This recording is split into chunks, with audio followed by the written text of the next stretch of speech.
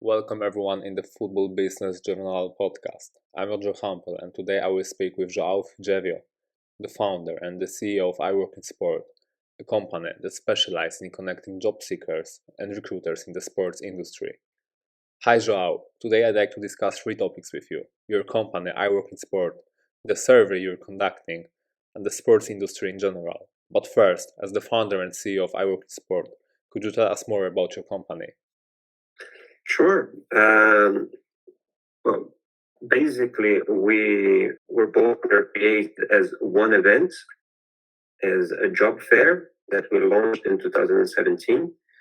So basically, we noticed that there wasn't an event that would actually bring together candidates, especially those graduating from several of those sports management programs.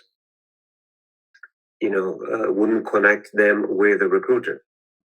Then we did a few editions like that. It was just a side hustle.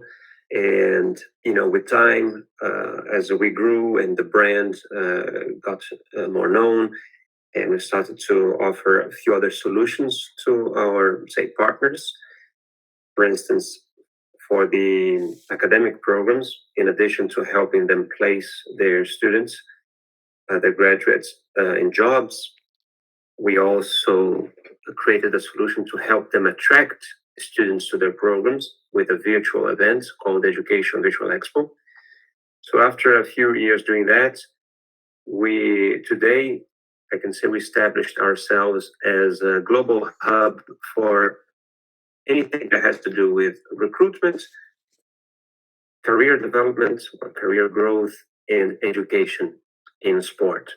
So when you go to I Work in Sport, you won't find news or articles about media rights or sponsorship or match results or anything like that. But if you're interested in the topics of career growth, of recruitment and education in sport, that's a place for you to go. Right? So you'll find a job board there, a marketplace for career coaches. So if you want some one-on-one support, you can go and find several coaches there. Also programs, if you're looking for a program to do and to study, you either find a selection on our website, but also you will see several videos that we call meet programs with some of our partners that we have in our channel. So we have a lot of content for anyone that wants to grow professionally in sport or start working in sport. Great. So you mentioned that you're cooperating with the partners. So what kind of sports organizations are so far in attendance at the event? I can say that we collaborate with mainly two types of companies, right? Well, one are the academic programs. So I can name a few that have been with us for a long time, which, for instance, the FIFA Master Program, the ASTS here in Lausanne, the Johan Cruyff Institute, universities like Liverpool, Coventry, Bath, and a few others. The ASBS in Spain, we're partnering as well with the Real Madrid program. So, and many, many others. So this is one. And then the others are, we work with potentially pretty much any other company working in sport. So they could be football clubs, federations, agencies, sports technology companies, much as broadcasters, all types of companies, with legal firms. And basically the way we normally work with them is, just by having them coming to our events and recruiting at the job fair, for instance. So Joao, in which city is the I Work in Sport fair taking place and on what date? In the end of May, early June. This time is going to be June 2nd, always in Lausanne, Okay. Switzerland. Okay. So we've been invited to perhaps organize it in other places, places that go from Singapore to Brazil or Spain or England. But for the moment, we're doing one annual event in Lausanne. which is a good place to be. It's very central in Europe, right? It's very central in Europe. And it's the home of many international sports federations. So this year we'll have, we had basketball, volleyball, equestrian, apart from football, and a few other sports participating. Mm-hmm. Right. And so normally we do it there. And we also have an online version of the event, a digital one that we called Virtual Job Fair. So regarding the virtual job fair and other online outworking sport activities, how has the pandemic affected these events?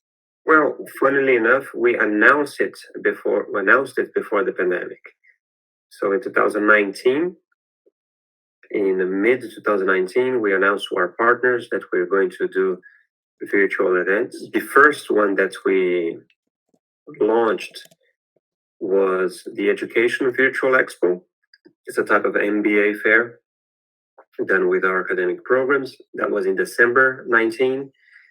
And then we were planning to do the virtual job fair more towards the end of the year. We were supposed to do the physical events in May 2020. And then more towards the end of the year, the virtual version. When, the pandemic hit, it was curious because everybody else was being forced to cancel their events when March came. Yeah. And so we were prepared to transfer already our event to the virtual because we already had the platform, we already had tested it, we had already been to the market and sourced the market and tested several providers. So we were ready. So when May came in 2020, I think we were the only event happening that time. So that gave us a lot of attention. So, but I can't say the pandemic was good, right? For I think several reasons. If in one way, we were able to bring a lot of people to the events and companies to do that. But we were planning to be, pretty much the only company doing virtual events like that for a few years. Yeah. So we wanted to be alone in that space, more or less. And obviously, we were alone for a few months because we were the first ones. But then, obviously, because of the pandemic, everybody had to catch up and move online as well. So, I mean, we weren't as badly hit with it. We just replaced the physical job fair with a virtual one in 2020 and in 21. And last year, 22, we went back to having the physical event. And at the end of the year, end of September, I think we did the virtual job fair again. We did it a more compact version of that job fair. We called the Virtual Job Fair Express. So it was shorter in time, was a bit smaller, but it worked well. So what new initiatives and projects are you working on right now to help promote career growth in the sports industry? Well, we have a lot of plans now. So obviously our our flagship event is the job fair that will happen in the 2nd of June. So we're confirming, many top companies to be there and recruiting. So we announced already that the IOC will be there, and FIFA and UEFA and agencies like Team Marketing and Infront and FIBA, the Basketball Federation, and companies like On Location and Elevate Staffing, who are, charge of hiring a lot of people on the hospitality sector to work for the Olympic Games in Paris. So there is at least one football club already confirmed. I mean, so we're working on that. Now, we'll be very soon doing a few other very cool things. We have a group on LinkedIn called We Work in Sport. And because, that was thought as a community instead of I Work in Sport, we decided to name it We Work in Sport. So we had a group there.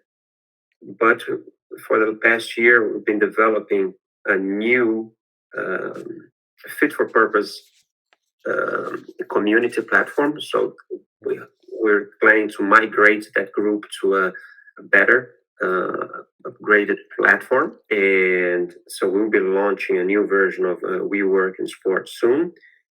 And with that, there will be a few new offerings to people, that are part of that group, of that community.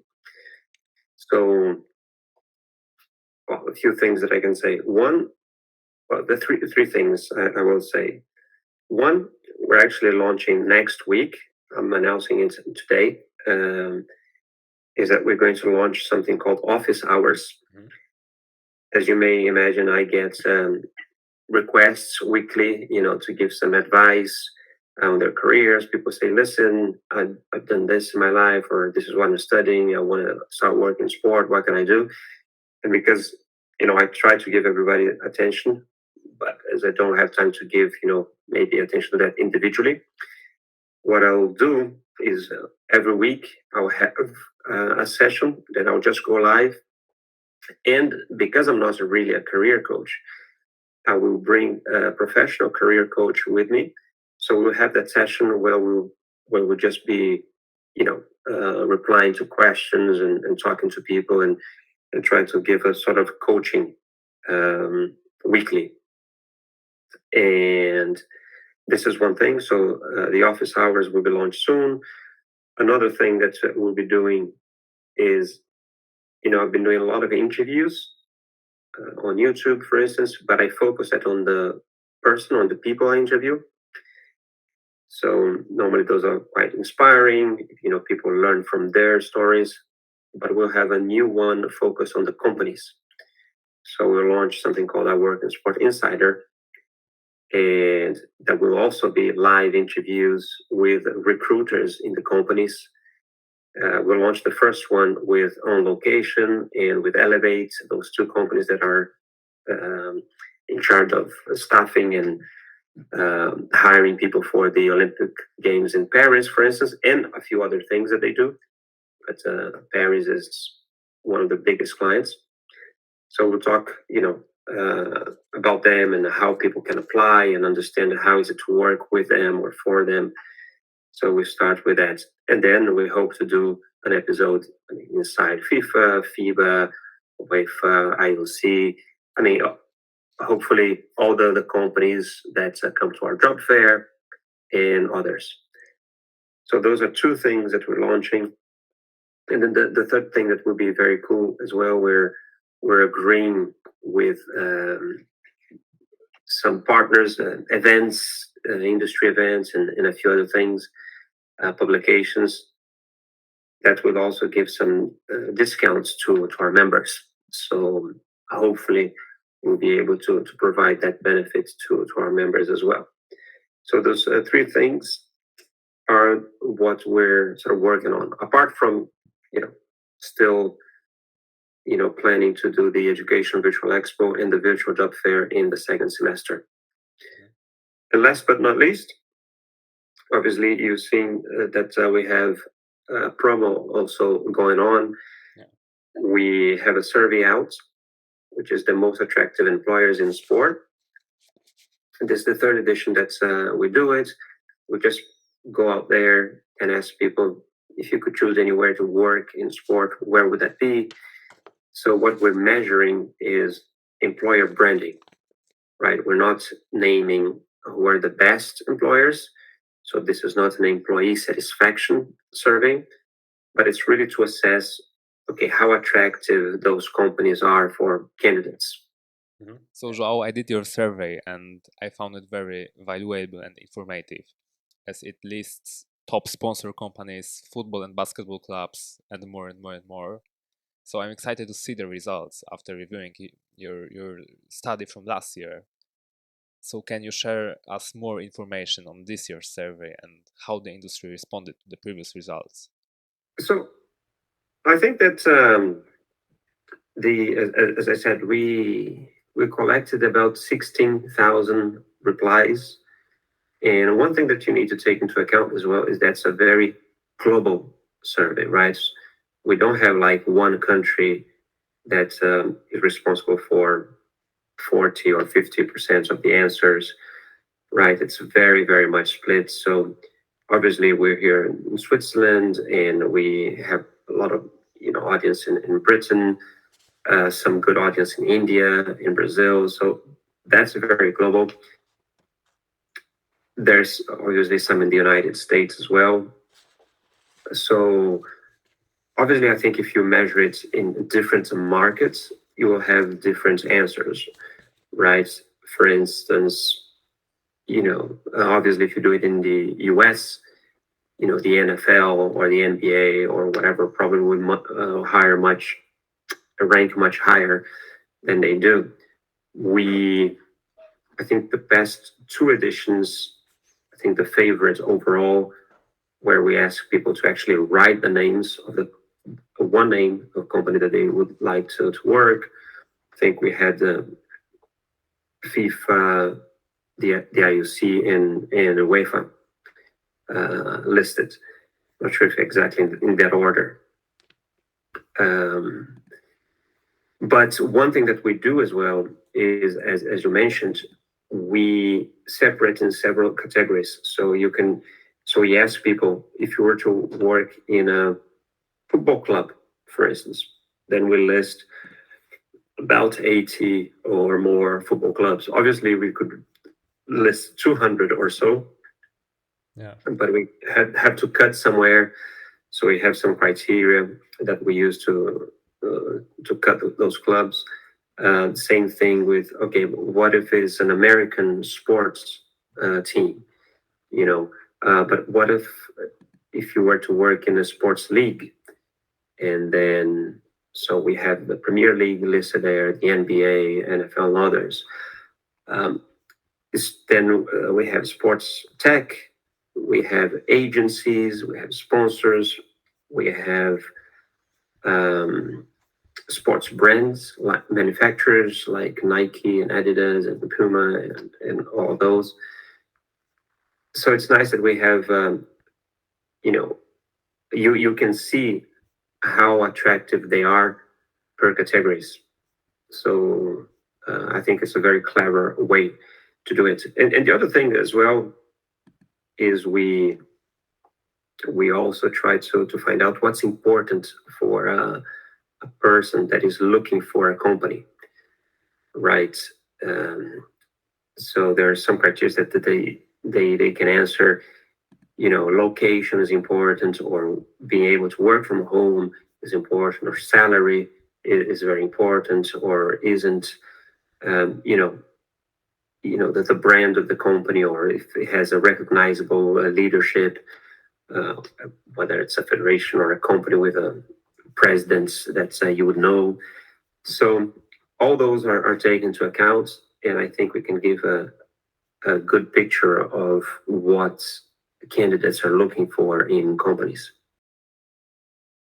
So it's a very useful study for the whole sports industry. And of course, your company, it's a great opportunity for young people to start fulfilling the dreams to work in sport. So my question is, what advice would you give to young people and for the job seekers in terms of preparing for the job fair? Well, especially if they're preparing for the job fair that we organize, I think it's important to try to study the companies that will be there beforehand. Because one thing that I notice is, obviously there are companies that you know of already, and very much so. Okay, so we had teams like Manchester City participating there, or Juventus, others on a digital one like Internazionale Milan. Last year we had a team here from Geneva, Servette. Anyway, but there are companies that maybe you don't know, right? So it's nice, and some are actually quite big. Some companies sometimes are not very familiar with a company like IMG, the Endeavor Group, or even Team Marketing, or Infront. There are some companies that play a big role in sport, and you don't know it very much. People don't. So if you see the list, the companies that are there, I would try to understand a bit of what they are, what they do. Check all of them, because sometimes you might just not know the company, and then you find out that, oh, that company actually has 200 people, work in different countries and whatever. And obviously, what people normally do is when they come to their stands, because you have the possibility to go and meet every company, sometimes they just, ask questions about the company, right? And wants to know more about the company and all that.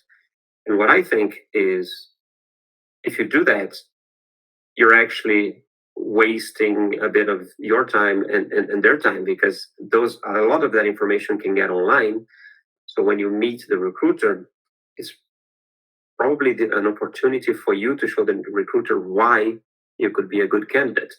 So if you have some information about that company and say, oh, I see that you do this, I see that you do that, or whatever that is, or that you're hiring for this position, you can already mention that to the recruiter. First, they will be gladly impressed that you did some research on them beforehand.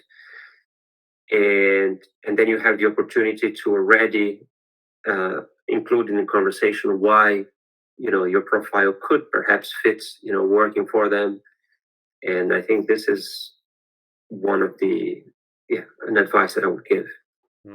During my sports management master, I heard the sentence that 70% of job positions in the sports industry are not advertised. Could you agree to that? Or I don't know what the number is. I know definitely there are a good number of roles that are not advertised, but I don't know if it's 30%, 40, 50, 70. I know that there are. And I imagine it might be similar in other industries as well. so, Joao, as I see, your company is doing really well. So I'm wondering, what has been the biggest success of iWork in Sport so far, in your opinion?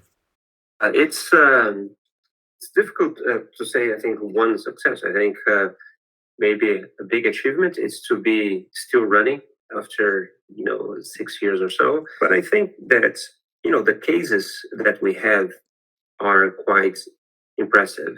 The companies that we work with, obviously, we have in our YouTube, for instance, a list of people, testimonials of people that said, oh, I got a job thanks to I work in sport. There are many others that actually people sort of come to me as well and just mention it, and I get emails from people.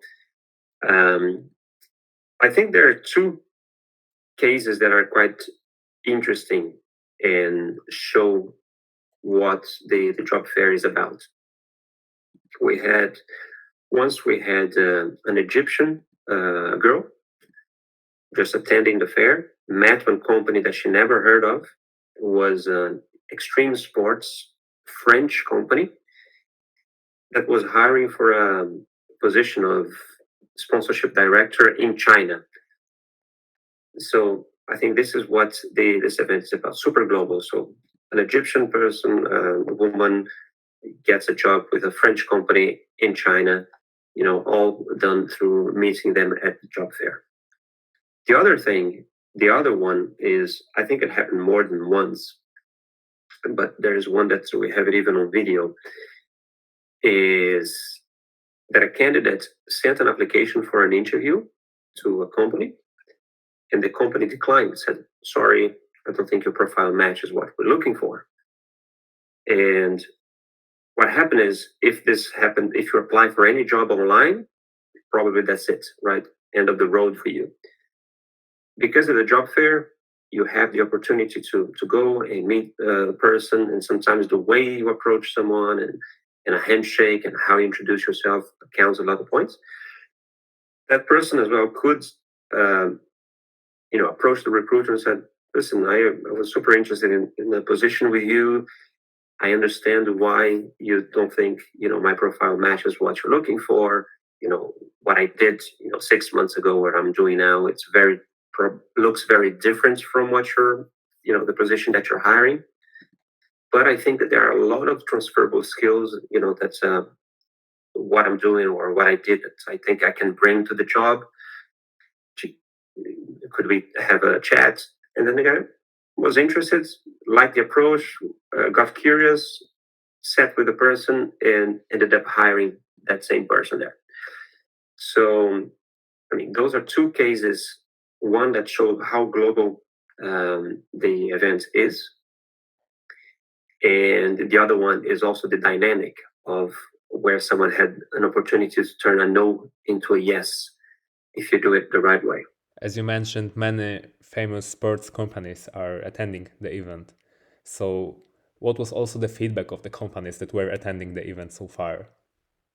Well, I think the feedback couldn't be better, and I think we have a really 100% of satisfaction that people either liked it or loved it. You know, liked it or liked it very much. In our surveys, we don't think we ever had people that said, "Oh, I didn't like it." You know, sometimes it may not be the good fit for them if they're looking at the recruitment only, but they're really, really pleased with it.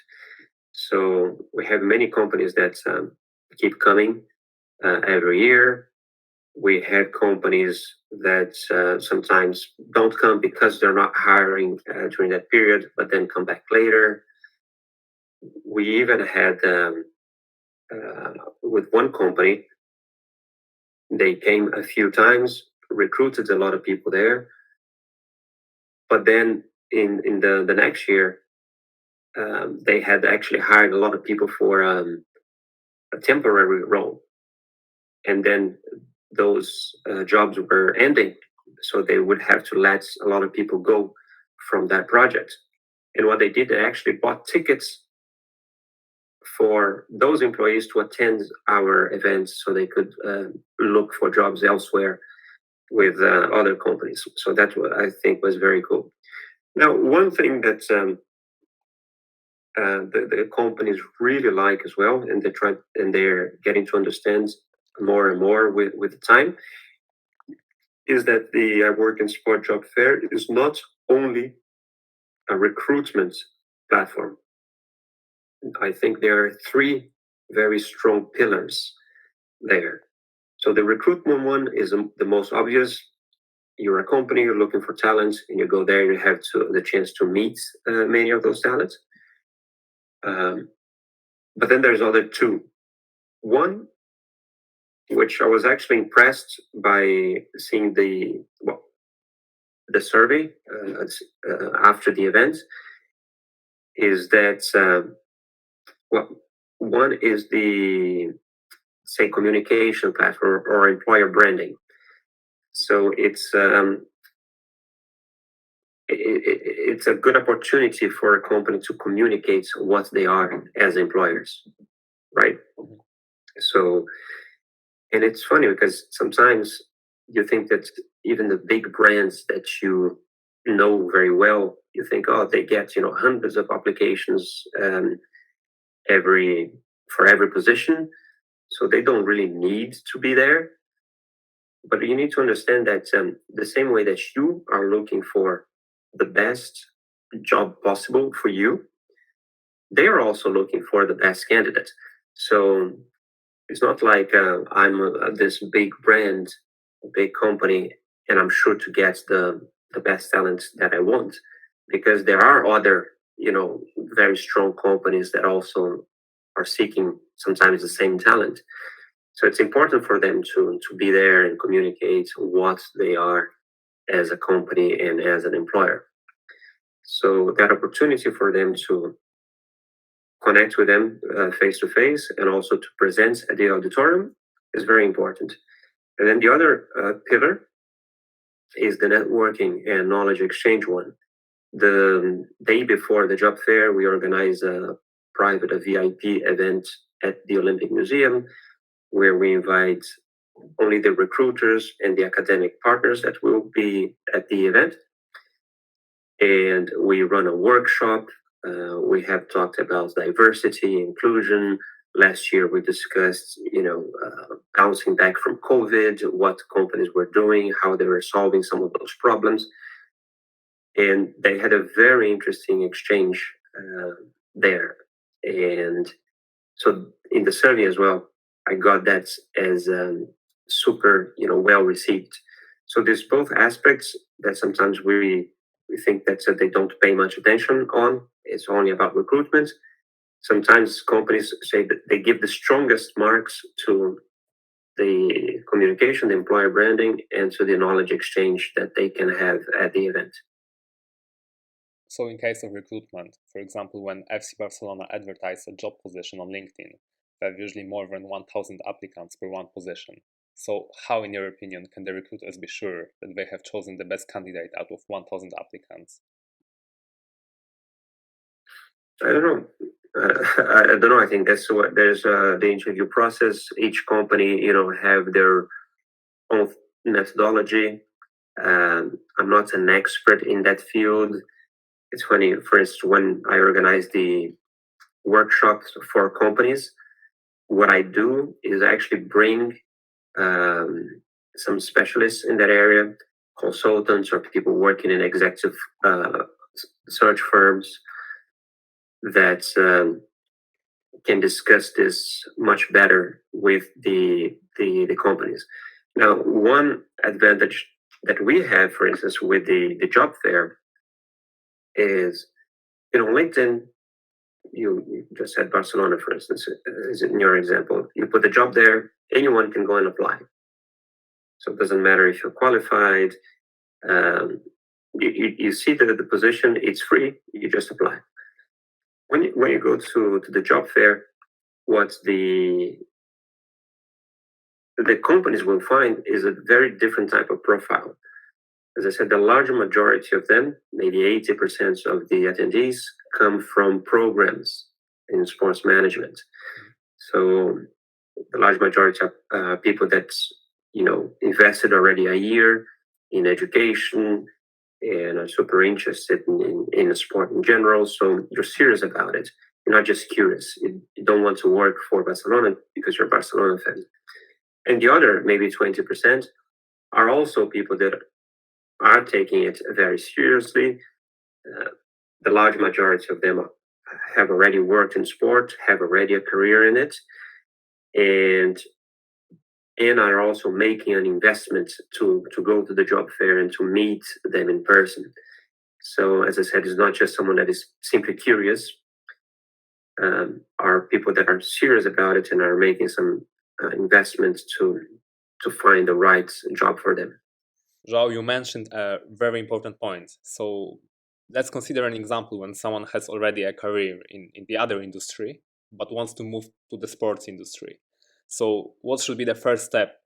Like signing up maybe for sports management studies, or maybe try to search for an intern, but in a sports company.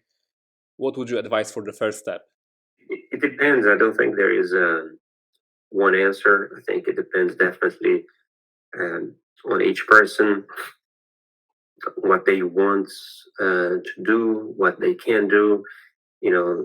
Many people would like maybe to take masters in sports management, but can't afford it. Don't have the money for it, or can't take 1 year off work to do it, or because they're married with young kids and can't travel with them.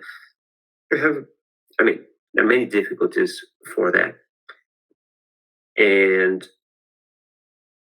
But you said, and also depends on what stage you are. If you're someone young who studied something, just came out of school recently, did a few years in another industry, wants to move, you do one thing. Obviously, if you have 20 years of career somewhere else, then you do it differently. So there are many different ways to enter the industry. I don't think there's a right one. You have to see what sort of works for you. This is why sometimes having being able to talk with some career coaches can be very helpful.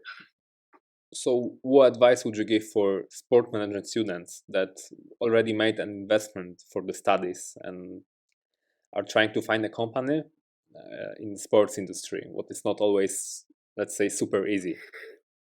Again, depends on the person and also depends on the company, right? The approach for you to apply for FIFA, for instance, um, big federation, will be very different than applying to work for I Work in Sport or a smaller company, right?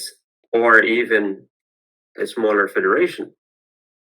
Okay, so they're very different processes. One, you have a big HR and everything goes through a system. The other ones, you actually have the person, the head of department, either it's marketing, whether it's operation, whatever. That person will actually centralize the the recruitment. So perhaps with this person, trying to find out, reach out on LinkedIn, maybe try to do some connection or conversation, or going through someone who knows that person and you know him or her could be helpful. I wouldn't recommend you do that if you're applying for a big company. Just try to reach out to HR like that, because they are bombarded with that.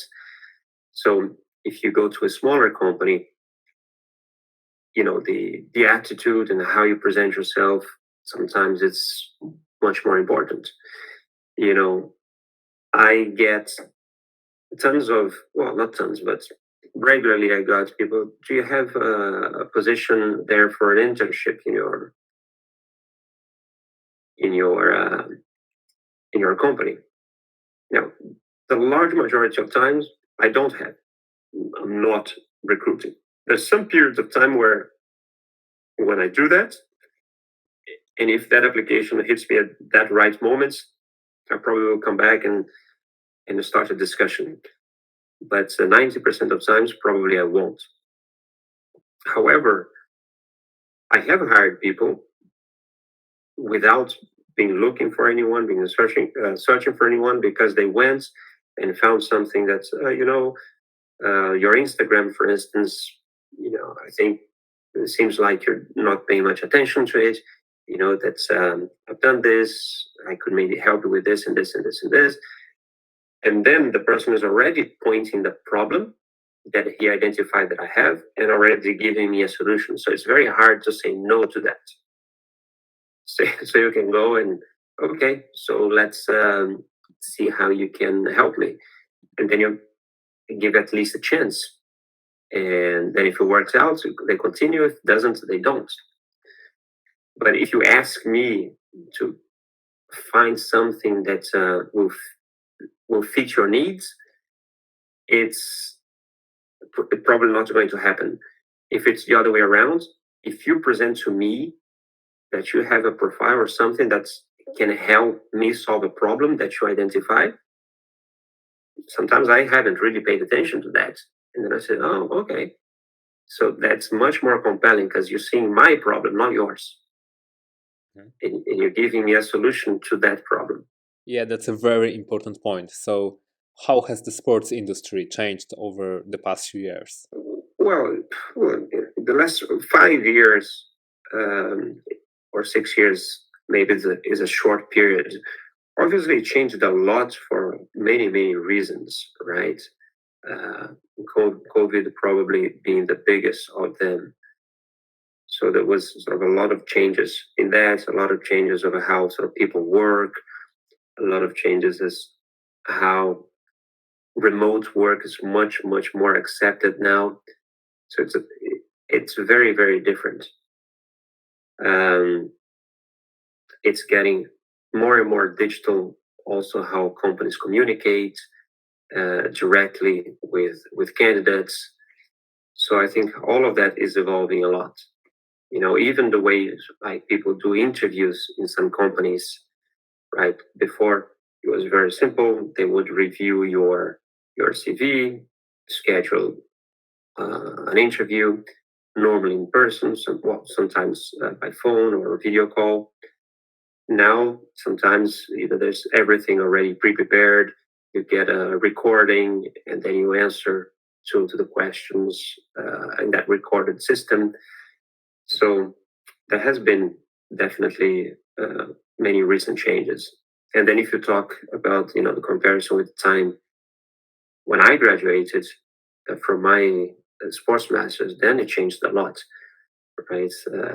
They didn't even have like anything like Facebook or anything like that.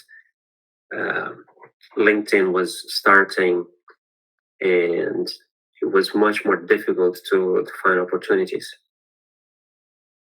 So you mentioned the remote work. So do you think sports companies want to offer more remote work or more hybrid jobs after the pandemic? Or is it most likely that employees will have to work on site? No, I think that people, I think, are much more comfortable in working, with people remote. Obviously, it's the biggest sort of companies who always wants to have people coming to the office. Um, Probably not every day, but at least 3 times a week. There's some rotation. Leaving the company culture, it's important in some companies, right? And but but but even in those, sometimes they wouldn't consider working someone that is abroad or couldn't be in the office every day or whatever. And now I think that they do. It's not going to be for everyone, but I think there are many more opportunities for you to at least have a hybrid work. So what do you think the future of the sports industry will look like in terms of hybrid and remote work? There are some things that will always demand you to be there present, right? So if you're doing an event and then it's a in-person event, it's a football game or a football tournament or whatever, and you're selling tickets for people to be there. There's a lot of things sort of happening in that place. So obviously you have to be there too. Now, a lot of the preparation for it and of the analysis or whatever can be done from wherever. So for many roles, you're not really required to be there anymore.